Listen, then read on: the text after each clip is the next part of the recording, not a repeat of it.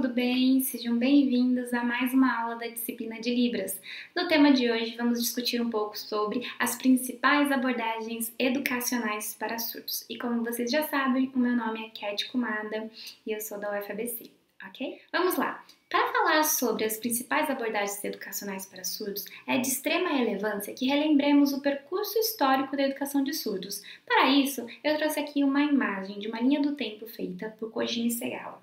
Nela, a gente relembra um pouquinho que na antiguidade, autores filósofos famosos como Aristóteles e Platão discutiam que o surdo não podia falar, também não podia pensar. Era visto como inútil para aquela sociedade e por muito tempo foram vistos como ineducáveis. Houve um curto apogeu ali entre 1750 a 1880, quando a língua de sinais foi veiculada como um método educacional para surdos. Embora na época a língua de sinais ainda não fosse vista como língua, ok? O Abad Lepê, que foi um dos autores que trouxe a língua de sinais, né, que defendeu o uso dos sinais e que foi considerado inclusive o pai dos surdos por essa conquista, também não reconhecia que a língua de sinais podia ser considerada uma língua. Ele entendia que era uma forma de comunicação, mas não dava potencial linguístico ainda para essa língua, que como a gente viu em aulas anteriores, apenas em 1960, mais ou menos,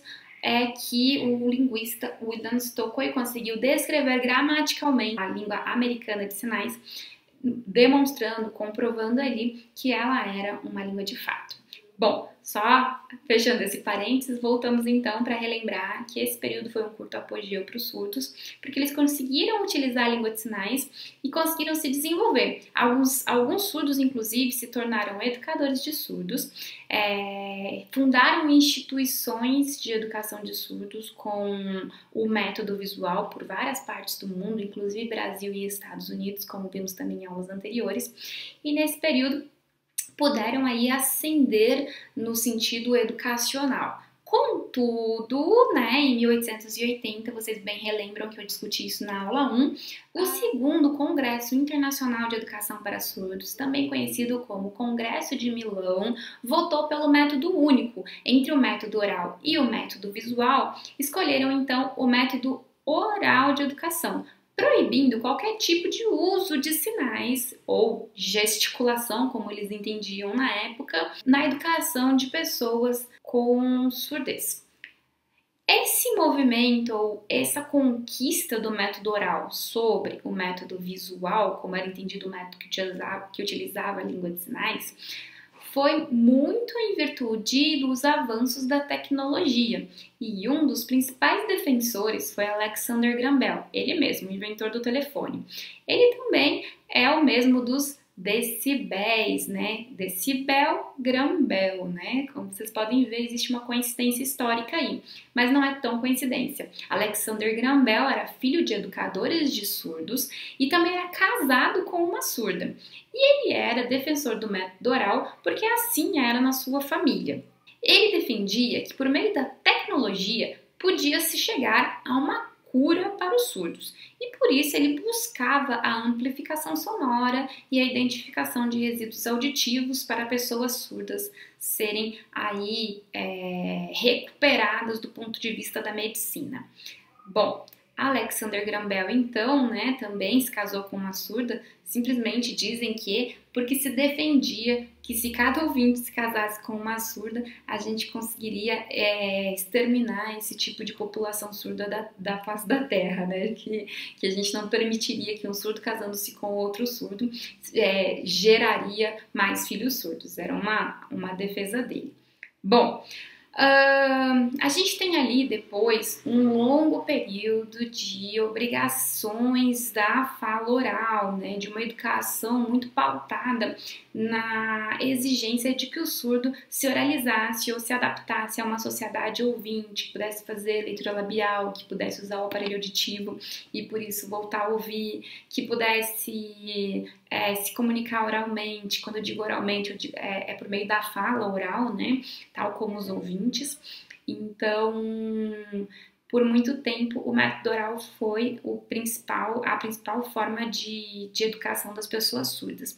Contudo, por quase 100 anos em que isso aconteceu, se viu um grande retrocesso na educação de surdos. Aqueles surdos que já tinham se tornado ali educadores, que tinham alcançado um grau de escolaridade maior, começaram a ver que as suas gerações seguintes não alcançavam as mesmas condições de escolaridade.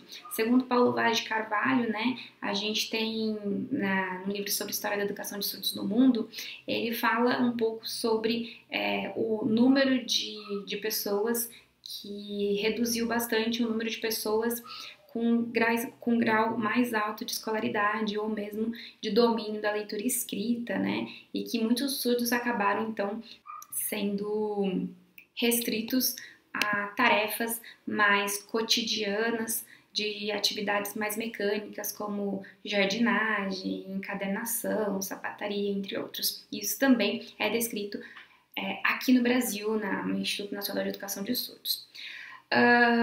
Vendo que havia esse retrocesso, então, na educação de surdos, algumas pessoas começaram a aceitar outras formas de educação das pessoas surdas, né? No caso, por meio dos sinais e de escrita, entre outros, como a gente já viu em aulas passadas. Com isso, o método foi a comunicação total, ou seja, várias formas, vários recursos utilizados para que houvesse uma comunicação entre os docentes que eram ouvintes e os seus alunos que eram surdos, garantindo assim o seu processo de escolarização. Esse retorno, no entanto, da língua de sinais para a sala de aula, né, essa permissão, já que por muito tempo eles foram proibidos de utilizar a língua de sinais dentro dos espaços escolares, foi ganhando força. E aí se reivindicou o método que a gente chama hoje, né, a abordagem educacional, na verdade, que a gente chama hoje de bilinguismo. E então, a abordagem bilíngue é considerada pelas comunidades surdas e por muitos defensores da língua de sinais como a abordagem mais respeitosa e mais vantajosa para educar as pessoas surdas. Mas vamos falar um pouquinho e entender o que consta em cada uma dessas três principais abordagens. Como vocês viram, então, a gente tem três principais abordagens: o oralismo, a comunicação total e o bilinguismo. E, na verdade, essas três principais abordagens remetem, então, a um percurso histórico, sendo o oralismo utilizado aí por quase um século, que demonstrou não ter muito êxito no processo de escolarização das pessoas surdas, seguido pela comunicação total, que teve aí um curto período de 1 a 2 décadas, né, de uso mais fortalecido aí, principalmente no cenário brasileiro, que permitia, então, um uso de vários recursos, se preocupava muito mais com a escolarização e não tanto com uma língua de fato, mas sim garantir uma comunicação. E o bilinguismo, então, mais recente e atual abordagem, que é, né, principalmente defendida, embora as outras duas não deixaram de existir, tá ok? E o que defende o oralismo? Bom, o oralismo vai defender principalmente que as pessoas surdas são pessoas doentes ou deficientes, que precisam ser reabilitadas, tratadas e curadas. Nessa perspectiva, entende-se vários tratamentos, dentre eles a terapia fonoaudiológica, o diagnóstico precoce, as intervenções médicas e cirúrgicas, entre outras. Como o oralismo funciona? Vamos aprender?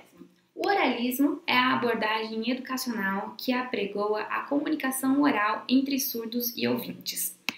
Ele defende o uso da audição residual amplificando o som.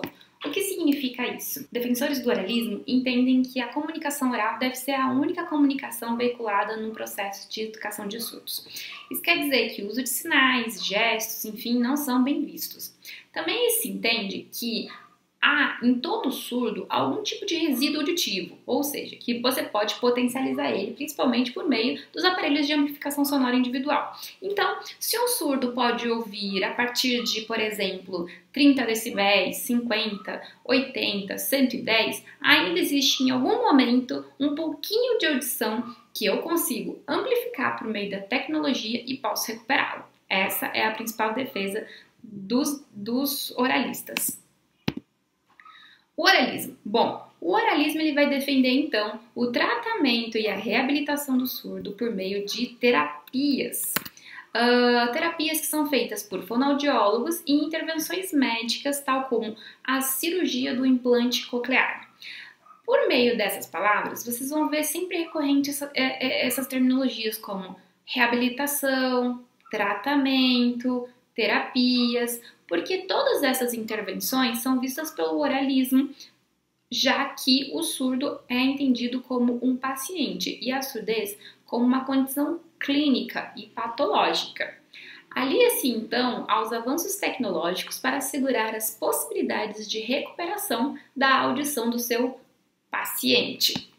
O oralismo vai defender o trabalho com a fala e com a leitura orofacial, também popularmente conhecida como leitura labial.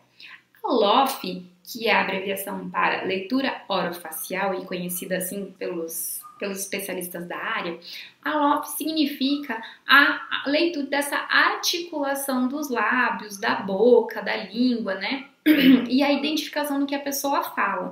Mas esse tipo de recurso, ele não é capaz de promover ao surdo 100% ali da identificação dos sons da fala, principalmente porque, como eu já disse para vocês, alguns fonemas eles são muito semelhantes, e aí o surdo não consegue saber, né, por exemplo, numa situação de ditado, né, que é uma estratégia muito comum nas escolas, né, fazer ditado de listas, né, com palavras descontextualizadas, o aluno não sabe identificar qual a diferença, por exemplo, de pata e bata, porque os dois são, por exemplo, ba, pá, são fonemas bilabiais, né? Em que a articulação dessas sílabas vão ser realizadas da mesma forma, impedindo então que uma leitura, simplesmente por uma leitura labial, eu consiga fazer a correta identificação da palavra.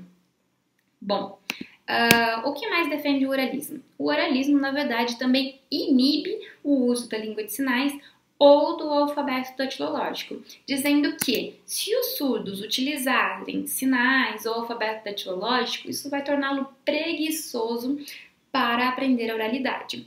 Que com a língua de sinais, o surdo vai se acomodar e não vai querer se comunicar pela língua oral, que ele precisa se esforçar para falar pela língua oral. Então, que o uso de sinais pode atrapalhar nesse sentido. O que é um grande equívoco, visto que quando se fala de língua inglesa, de língua espanhola, de língua alemã, ninguém diz que colocar uma criança pequena numa escola bilíngue vai atrapalhar no seu desenvolvimento, certo? Então isso é um grande equívoco, né? É um argumento infundado. Muitos linguistas defendem, inclusive, que de 0 a 5 anos as crianças estão ali num período de boom da linguagem e que elas estão muito mais propensas a aprender outras línguas. Por isso as escolas de educação infantil bilíngue imperam, né, e são tão conhecidas. Só que esse argumento só é utilizado no caso da língua de sinais porque ela não é uma língua de prestígio. Então, as pessoas vão dizer que ela vai tornar o surdo preguiçoso. E, na verdade, não. Se eu tiver uma forma de comunicação que é a língua de sinais com os surdos, muito provavelmente eu vou conseguir explicar para ele porque é tão importante aprender a oralidade ou a língua escrita do português. Oralismo versus língua de sinais. Aqui eu até deixei um exemplo de uma máscara para vocês, né? Onde são máscaras acessíveis, né? Que mostram um pouquinho da boca, mas que nem todo mundo usa. E aí, se a gente for dentro da perspectiva do oralismo e entender que o surdo que usa a leitura labial vai se dar muito melhor no mundo, vai se sentir adaptado, vai se sentir acolhido, não vai enfrentar desafios nessa sociedade, e que o surdo que usa a língua de sinais vai enfrentar desafios, a gente tem que repensar isso. Por exemplo, num momento como esse, onde a gente vive um cenário de pandemia e que todo mundo usa máscara para se proteger, pensa como é que é possível um surdo oralizado que se comunica pela leitura labial fazer uso desse recurso ou dessa comunicação se tá todo mundo de máscara. Ele não vai conseguir ler o lábio de ninguém, certo? E vai se sentir totalmente desamparado aí de uma comunicação, porque sem a leitura labial ele não sabe o que o outro tá falando, né? Sem ver a boca ele não sabe o que o outro tá falando. Muitas vezes o uso do aparelho auditivo ele não permite que as pessoas ouçam todos os fonemas, então às vezes eu ouço alguns barulhos, eu tenho aquela história de potencializar o meu resíduo auditivo, ela é importante porque eu consigo, às vezes, ouvir uma buzina, um caminhão que tá vindo, alguma coisa, um ruído intenso, que é isso que, às vezes, o aparelho auditivo dá para alguns tipos de perdas, principalmente as mais profundas. Nesse caso, eu não tenho nenhuma garantia de que o uso da leitura labial vai estar me dando vantagem sobre a língua de sinais, se a gente pensar no uso das máscaras. Embora existam aí máscaras acessíveis como essa que está na imagem, a gente sabe que não é todo mundo que usa esse tipo de máscara, né? Eu mesmo comprei essa máscara, eu tenho 2 dessas máscaras, mas elas embaçam muito, então elas vão causar o mesmo problema. Passei detergente, ainda que disseram que ajudava, né, pra não embaçar a máscara, mas com o calor da nossa fala, enfim, ela começa a embaçar e prejudicar também a visualização dos lábios. Então, temos aí alguns problemas para refletir, né, sobre todas essas vantagens apregoadas aí pelo oralismo no sentido da leitura orofacial. Eu deixei aqui pra vocês também um filme, ele é antiguinho, né, que se chama Seu Nome é Jonas, e eu tô deixando o tempo exatamente, o link e o tempo, eu vou deixar o link na descrição e também no card, para que vocês possam acessar o vídeo e assistir entre o minuto 18h30 e 21 minutos. O que acontece nesse trechinho de vídeo? A mãe de um aluno surdo leva o filho para uma terapia fonoaudiológica e nessa terapia a fono vai dizer para ele que não recomenda o uso de língua de sinais em nenhuma hipótese, exatamente repetindo o que eu disse para vocês, de que ele vai se tornar preguiçoso para se oralizar, para aprender a oralidade ou para se adaptar para uma sociedade ouvinte, que utilizando a língua de sinais esses surdos não vão conseguir se comunicar com outros ouvintes, que eles só vão se comunicar com surdos, que vai ser um mundo muito solitário para eles, enfim. Então, essas são todas as representações que são divulgadas pelas pessoas defensoras do oralismo, ok? E aqui eu vou deixar para vocês um trechinho do filme Travessia do Silêncio para vocês assistirem. Na verdade, eu recomendo que assistam o filme inteiro, né? Porque ele é muito bacana, é um documentário maravilhoso que vai ter representações de vários tipos de identidades surdas, de pessoas que se identificam mais com a oralidade, que foram educadas na oralidade e depois migraram para a língua de sinais, de pessoas que desde sempre utilizaram a língua de sinais como sua primeira língua, enfim. Nesse trechinho que eu selecionei para vocês, para refletir um pouquinho da aula de hoje, nós temos até 1 minuto e 41 mais ou menos, o início do documentário, onde mostra um garotinho numa terapia fonoaudiológica. Nele ele vai aprender, por exemplo, a verbalizar palavras como bala, bola, piu-piu, vrum, enfim, outras palavrinhas assim. E ele vai tentando, por meio da amplificação sonora, com um fone de ouvido que está amplificando os sons para ele, né? Ele vai tentando aprender a oralizar essas palavras. Eu trouxe esse trecho um pouquinho para vocês refletirem, porque às vezes as pessoas acham que o desenvolvimento da oralidade, da leitura labial, dentre outros, é um processo natural, que todos os surdos, por natureza, então, já aprendem sabendo fazer leitura labial. E não é o caso. Esse é um processo de uma terapia que é feita muito na repetição, enfim, e que às vezes é muito cansativo. Muitos surdos se desgastaram bastante com esse tipo de procedimento e desenvolveram, às vezes, um trauma, né? Porque era algo bastante que comprometia bastante as suas horas da infância, né? Então essas crianças acabavam se cansando desse procedimento, e que vocês vão ver que não é um procedimento aí tão agradável. No final do vídeo, depois do minuto mais ou menos 56, vocês podem acompanhar a criança na terapia fonoaudiológica, enquanto a terapeuta vai perguntar ali, vai conversar com eles sobre o que eles fizeram, sobre nadar, né? E aí a criança, por meio da língua de sinais, quer contar tudo que ela fez, que ela foi nadar, que ela pôs o pé de pato, que ela foi de moto com o pai dela, enfim.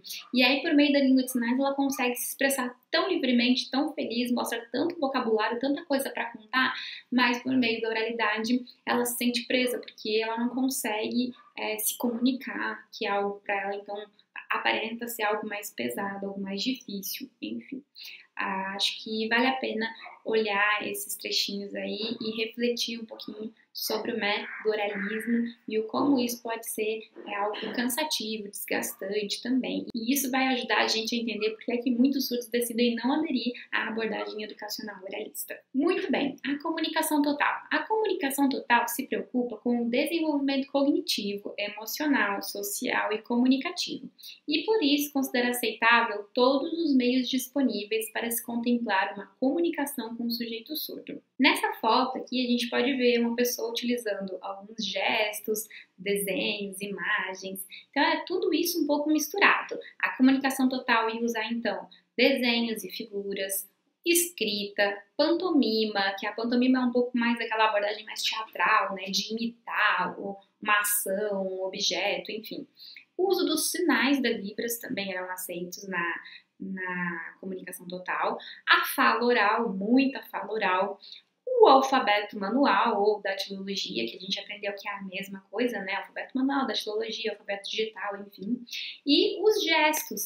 Então, todos esses recursos acabavam sendo utilizados e misturados. Então, não existia uma regra de como se comunicar com os surdos. Eu podia usar um pouquinho de tudo. Eu ia falando, ia gesticulando, ia pegando um objeto, ia apontando, ia fazendo mímica, ia desenhando, ia escrevendo, ou seja, tudo que eu pudesse utilizar de recurso estava sendo válido para que acontecesse aí o desenvolvimento emocional, cognitivo, comunicativo, enfim, que eu pudesse passar o conteúdo escolar para esses alunos. Contudo, a comunicação total teve uma grande crítica, baseada no uso do bimodalismo. O que significa o bimodalismo? O bimodalismo é exatamente essa tentativa de sinalizar junto com a fala oral, que é eu tentar usar os sinais junto com a minha oralização.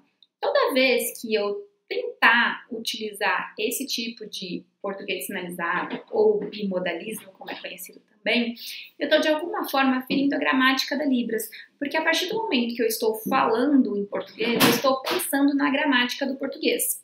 E se eu tentar fazer a língua de sinais nessa estrutura, eu não estou conseguindo, não consigo pensar em duas línguas. Então, muito provavelmente, eu não vou seguir a gramática da língua de sinais. E isso vai trazer uma mistura dessas duas línguas e que eu vou deixar sempre uma das duas línguas meio capenga, digamos assim. Por essa razão, o bimodalismo foi bastante criticado, né, por algumas pessoas aí. Embora seja muito utilizado, o bimodalismo acabou sendo muito criticado, porque não respeitava nem a gramática do português, nem a gramática da língua de sinais. E a comunicação total se usava muito desse recurso, né, porque como eles usavam de tudo um pouco, eles não estavam muito preocupados com a estrutura linguística de qualquer uma das duas línguas, seja do português ou da Libras. Estavam mais preocupados com a comunicação, a educação dos surdos, enfim. E o bilinguismo, então, o que seria? Por que ele se difere do bimodalismo? O bilinguismo privilegia a língua de sinais como primeira língua dos surdos e o uso dessa língua para ensinar a língua portuguesa como segunda língua, seja na modalidade escrita, seja na modalidade oral, né, no caso do Brasil. Então, teríamos a Libras como L1, L1 é a sigla usada para a primeira língua, e o português como L2, sendo a sigla L2 usada para dizer que é uma segunda língua. É como se eu dissesse que para vocês aprenderem Libras, eu estou usando o português. Eu estou falando sobre Libras para vocês, mas eu uso muito dos recursos da língua portuguesa, que é a primeira língua de vocês, para ensinar uma segunda língua, no caso, o português.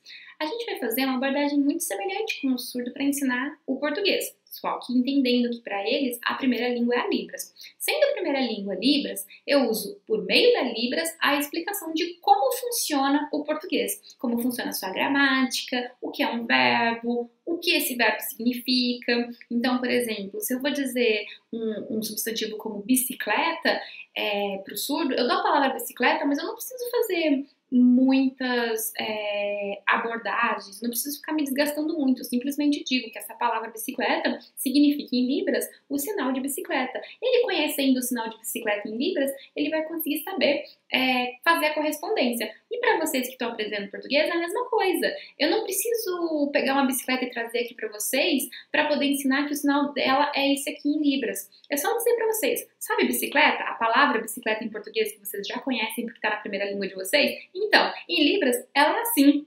Agora, imagina se eu tivesse que construir o conceito de tudo com vocês, né? Se eu tivesse que construir, por exemplo, a palavra filosofia com vocês, e sem ter a primeira língua constituída, sem que vocês soubessem o que é filosofia em português, eu tentar explicar isso para vocês em Libras. Isso ia ser muito mais difícil. Então, trabalhar com base no que na primeira língua do sujeito para ensinar uma segunda língua te facilita muito.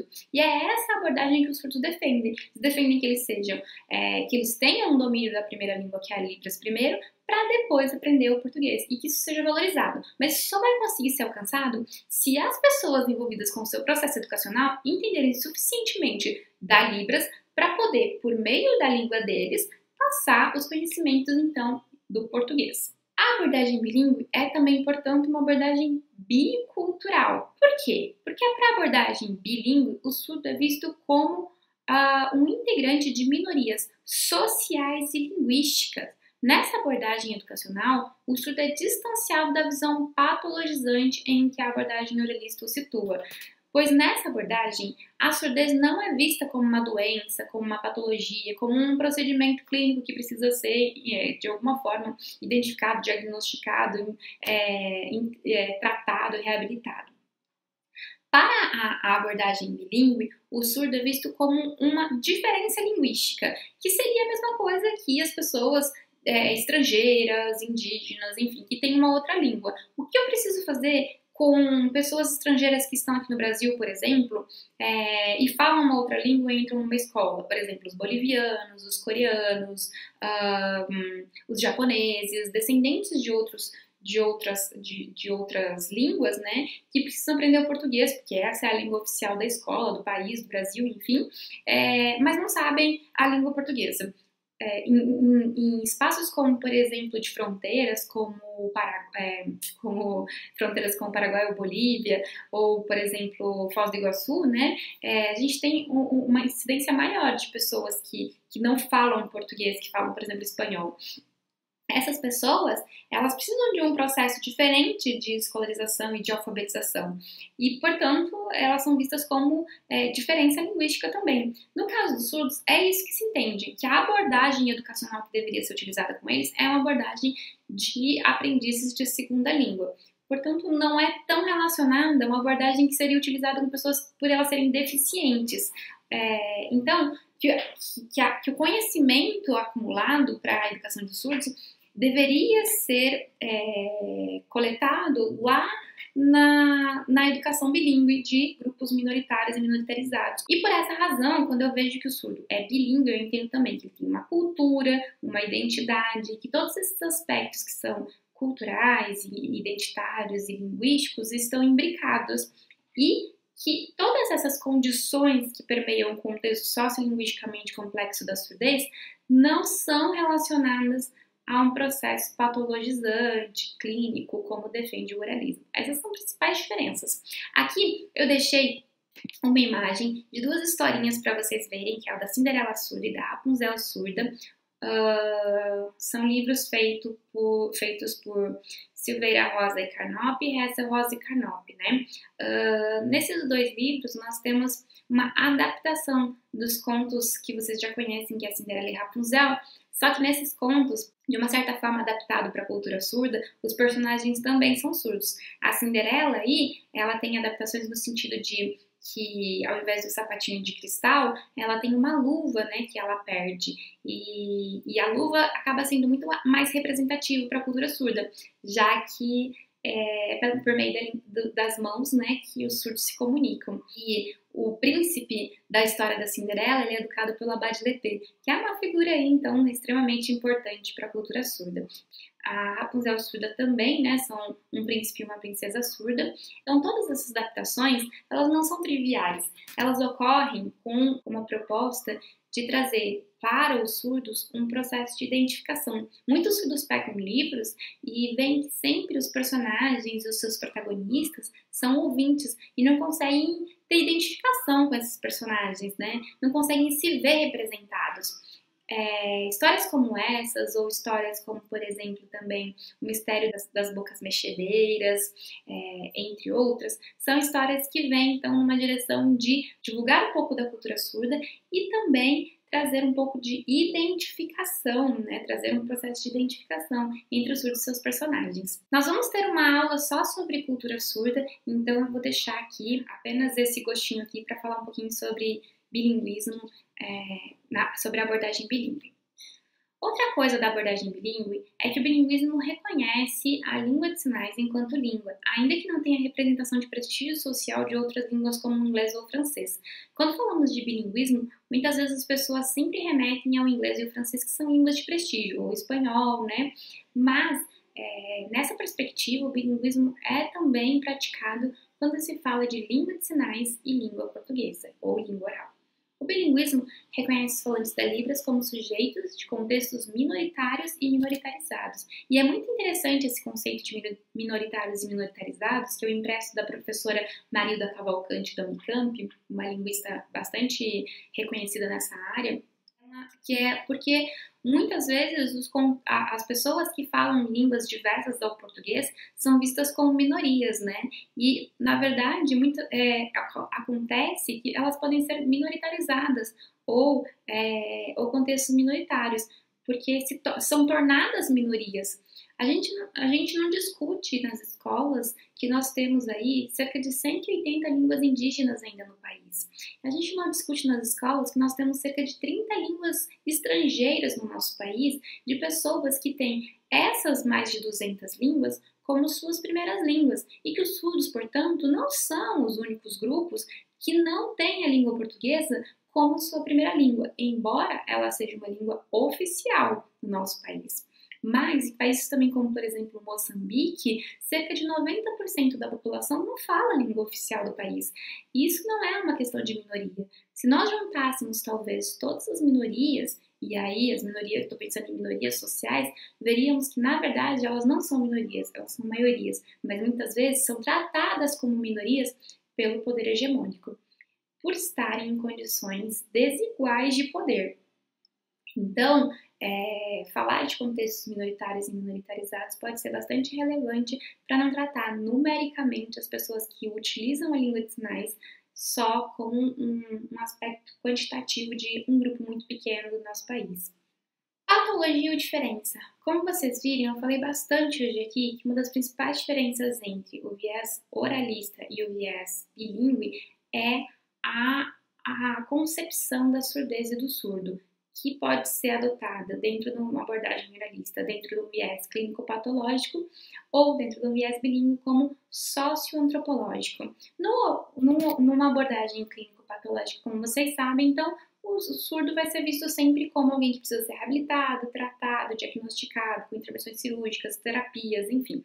E dentro de uma abordagem socioantropológica, entende-se que o surdo é um sujeito de um contexto sociolinguisticamente complexo que pertence a uma minoria linguística ou um grupo minoritário minoritarizado, né? Linguístico, no caso, como a Libras, né? E que aprende português como uma segunda língua e que precisaria de abordagens bilíngues para a sua educação. Entende que ele possui uma identidade, não várias identidades, né? E culturas próprias. A gente também, quando fala de várias identidades, é porque o surdo, ele tem um processo de identificação com uma comunidade, mas que os surdos vivem as suas identidades de formas diferentes. Eu vou discutir isso numa aula só sobre identidades surdas também, mas eles vivenciam suas identidades de formas diferentes. Nem todos os surdos são iguais, nem todos os surdos têm os mesmos processos de educação, nem todos os surdos foram educados na abordagem bilíngue, enfim.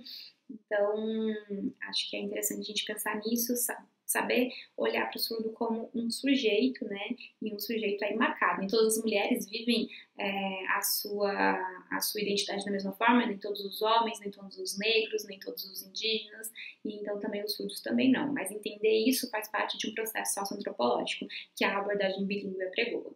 Bom, nesse documentário Sou Surdo Não Sabia, que eu vou deixar também o link aqui para vocês, um card na descrição, e para vocês assistirem, o professor ele começa a levantar algumas palavras que envolvem a surdez e pergunta para as pessoas na sala de aula, né, como é que seria viver uma vida baseada na tentativa de sempre estar situado na falta.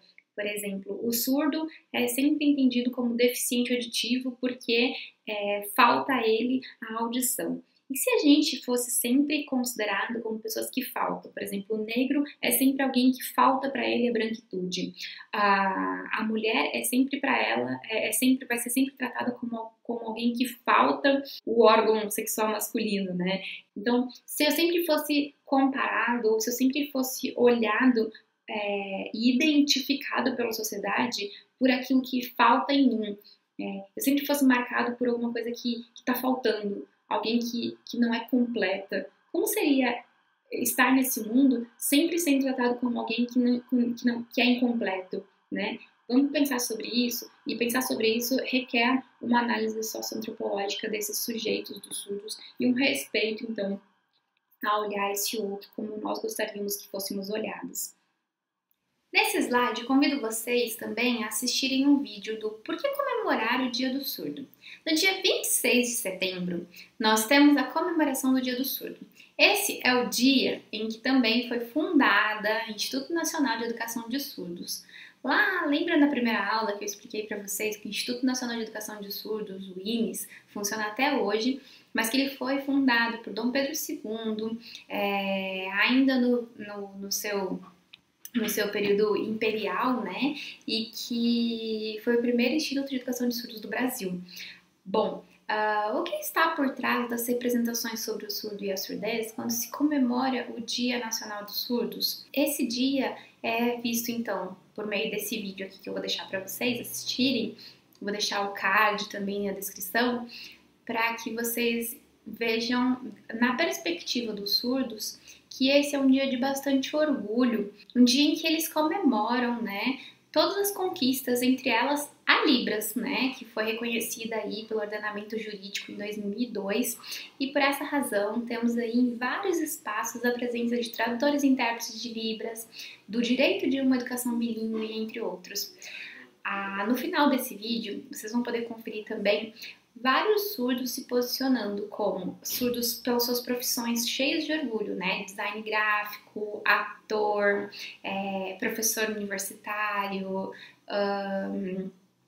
arquiteto, engenheiro, modelo, temos aí Miss, entre outros, né? Pessoas surdas que conseguiram alcançar graus elevados aí dentro de uma sociedade, no sentido profissional e pessoal, de conquistas pessoais e profissionais, por meio da língua de sinais, por meio da sua cultura e identidade, da sua afirmação, dessa luta, né, constante pelo respeito da condição de ser surdo. E eu também deixo para vocês o convite para vocês lerem uma matéria do Estadão, já um pouquinho antiga, né, de 2008, onde um casal britânico queria escolher o embrião surdo. O casal, que também é surdo, entendia a surdez não como uma doença ou como algo triste, né, que seria para muitos ouvintes, né, que recebem a notícia de um filho surdo, as pessoas ouvintes às vezes ficam tristes, né, entendem que o surdo vai sofrer, entendem que eles vão ser incompletos, entendem que eles não vão ser adaptados na sociedade ouvinte, enfim. Para um casal surdo, na verdade, o que acontece é um processo de identificação. Eles ficam muito felizes, eles ficam bastante empolgados com a possibilidade de ter um filho surdo. Isso é, na verdade, um motivo de comemoração. Então, por isso que esse casal queria, de certa forma, manipular geneticamente o embrião com o qual eles fariam uma inseminação, um tratamento, né, para que o embrião também fosse surdo e fosse assim, então, igual aos pais, né, os pais que, na verdade, já tinham também um filho surdo e que queriam ter mais um, então, para que essa família pudesse ter essa mesma língua, né, de comunicação, enfim. No TED do professor Rimar Segala, que é um professor da Universidade Federal de São Carlos, ele também conta como é que foi o processo de identificação dele enquanto surdo. A família que é toda surda, né, foi lá em volta do berço e fez um teste com ele e percebeu que ele também não ouvia. E aí todos comemoraram, ficaram vibrantes, né? Porque é mais um surdo para a família. Então, olhar talvez de uma outra perspectiva para a surdez, não de uma perspectiva onde você atribui sentimentos como pena, como o dó, que a gente entende inclusive como capacitismo, né? Se eu não olhar para esse surdo como, ou para essa cultura, ou para essa língua como algo inferior, e sim olhar como uma diferença, e imaginar que os surdos, muitos deles têm orgulho da surdez, e entendem ela como uma identidade, como uma cultura, talvez eu consiga me posicionar, então, diferentemente diante da língua de sinais e ajudar a respeitar essa condição, né, que na verdade é a da abordagem bilíngue.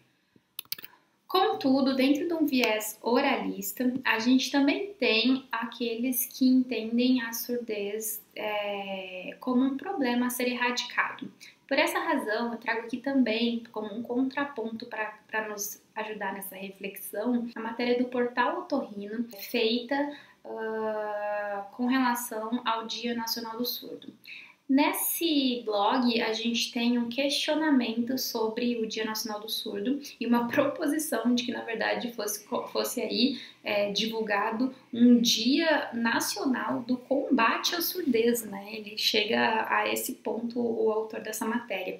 Ele vai dizer: existe um surdo na sua família? Surdez é a diminuição da capacidade auditiva abaixo de níveis considerados normais. Classificamos a surdez em leve, moderada, severa, profunda e, portanto, do ponto de vista médico, qualquer pessoa que precisa de volumes mais altos para ouvir é surda e precisa de tratamento.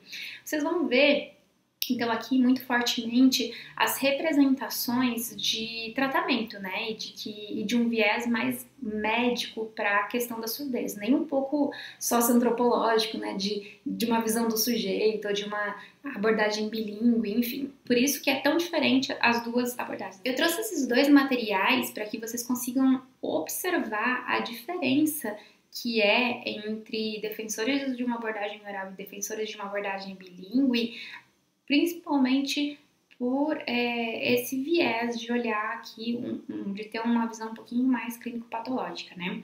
No caso da abordagem generalista. No blog, o autor continua, então, além de usar palavras como tratamento e de pensar na surdez só sob o viés dessa falta de audição, ele diz que a perda auditiva prejudica o cérebro, né? Ele vai dizer: inúmeros casos publicados nos últimos anos comprovam danos do funcionamento cerebral causados pela perda de audição.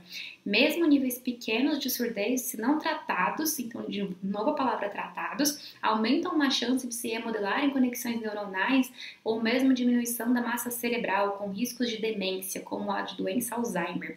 Ele diz inúmeros estudos, mas ele não cita nenhum estudo.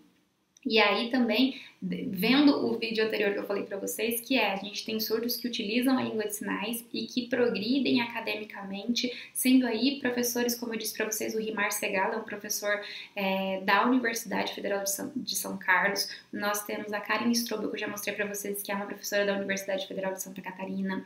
Nós temos vários professores doutores surdos que hoje orientam outros professores, né, o doutorado de outros professores, pessoas com grau acadêmico elevadíssimos, né, e que, ou seja, tornam essa afirmativa infundada. Mas quando um médico chega para um pai e fala isso para eles, qual é a tendência de um pai que tem um bebê surdo, que acabou de ser diagnosticado como um bebê com uma perda auditiva?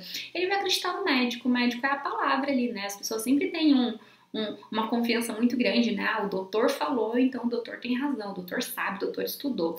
Então, a gente também tem que tomar muito cuidado com relação a esses tipos de discursos, né? Principalmente nesse sentido. Olha, que ele vai dizer que a perda auditiva está ligada a riscos de demência, como Alzheimer. A notícia boa é que a reabilitação da audição, então assim, é uma notícia boa, ó, tem a cura para vocês, através de aparelhos auditivos e de implantes cocleares, minimizam ou até eliminam esses riscos, né? Então, para a gente ver um pouquinho como é que se comporta um discurso contrário.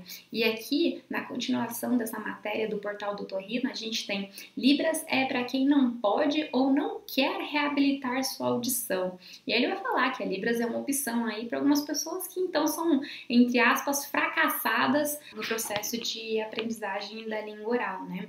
Ele vai falar, né, que o universo dos surdos sinalizados é uma fonte de orgulho, de autoafirmação para muitos deles, né? e conta um pouco da história, mas vai dizer que em países mais avançados, o grau de acessibilidade para surdos, depende da língua de sinais para se comunicar, enfrentam muitas dificuldades, né? E continua ali dizendo que nós, médicos e fonoaudiólogos e professores, não podemos negligenciar o irrefreável avanço da reabilitação auditiva. De novo, voltando com palavras como reabilitação, né? Ou seja, uma cura para esses surdos. Hoje em dia não são raros os casos da surdez em que a pessoa com a ajuda de aparelhos auditivos ou de implantes não possam ser reabilitadas para o uso da linguagem oral. Diante de tecnologias que permitem uma criança nascida surda passar a ouvir, também vem se tornando raro os pais que optem por educar filhos com a Libras, em detrimento da sua adaptação integral à sociedade. E aqui eu gostaria de refutar essa colocação desse médico que, o implante é a melhor solução. Os pais que vão para o implante curam os seus filhos e não precisam da Libras. São muito raros os pais que querem a Libras. E eu deixo para vocês uma sugestão de série para vocês assistirem, que é Meu Filho é Surdo e Agora, da Sabine Chad. Eu vou deixar aqui no card também para vocês, que é para vocês assistirem. Porque no caso da Sabine, ela fez, ela implantou o filho dela, que era surdo, que se chama Guilherme, e durante vários processos que ela vai contando, frustrados no processo de oralização desse filho ou de avanço com o implante coclear, ela acaba indo sim para a língua de sinais. E onde ela vê o filho dela hoje muito mais feliz e se desenvolvendo muito melhor. Então, eu acho que é interessante ver casos observar casos e relatos de experiência e não ir só pelo discurso bastante marqueteiro, né, de alguns médicos que vão dizer, tipo, tem uma cura para a surdez aqui, ó, na minha mão. Então, é bem complicado. Ali também a gente continua no último parágrafo do portal do Otorrino, onde ele fala: falta explicar melhor à população do que se trata o Dia Nacional do Surdo. Para o senso comum e para a medicina, o surdo é quem não ouve direito. E lembra que eu estava falando para vocês de como pensar um surdo como alguém que tem um defeito. Então, você surdo é aquele que tem um defeito, você não ouve direito. Ou alguma coisa que te falta. A você falta a audição. Imagine você ser a vida inteira marcado por alguma coisa que te falta ou por um defeito. Eu acho que essas são as principais sequelas aí do oralismo para a formação de identidade de um sujeito, né? Se é para dar suporte aos surdos, ele continua, né? Que usam a Libras, que se faça o Dia Nacional da Libras, o Dia da Cultura Surda, o Dia do Surdo Sinalizado. Já o Dia Nacional de Prevenção do Combate da Surdez acontece em 10 de novembro e faz mais sentido, já que passa uma mensagem clara do porquê ele existe. Então, para a gente refletir, posições contrárias e de abordagens educacionais bastante distintas e que elas coexistem atualmente na nossa sociedade hoje e faz importante que a gente entenda, então, que a gente vai poder se deparar com elas, tá bom? Não é todo mundo que assume a Libras como a melhor forma de educação para os surdos, não é todo mundo que aceita que também o oralismo é a melhor educação, enfim, e a gente ainda continua, então, com o debate entre oralistas e bilinguistas. Bom, e aqui fica mais uma dica de TED para vocês assistirem. Esse é o da Paula Pfeiffer. Ela vai falar sobre surdos oralizados. Ela, como uma surda oralizada, traz o depoimento dela sobre o implante coclear e sobre a sua experiência com o método oral. Assim, podemos ampliar os nossos conhecimentos sem nos deter a uma única visão do surdo, da surdez e das suas abordagens educacionais. Bom, vamos discutir? Agora eu deixo aqui para vocês um convite para a gente ir lá para o nosso fórum de discussão no Moodle e participar com as suas dúvidas e reflexões sobre o que eu já sabia e o que vocês aprenderam na aula de hoje. O importante é compartilhar suas impressões, tá? Sobre os conteúdos das aulas teóricas e do que vocês aprenderam até aqui. Acho que agora é um momento que eu deixo para vocês ir lá assistirem todos os videozinhos que eu comentei para vocês, que eu passei hoje nessa aula, e trazer essas reflexões para a gente discutir um pouquinho no fórum, tudo bem? Então é isso. Muito obrigada, beijo no coração, tchau, tchau.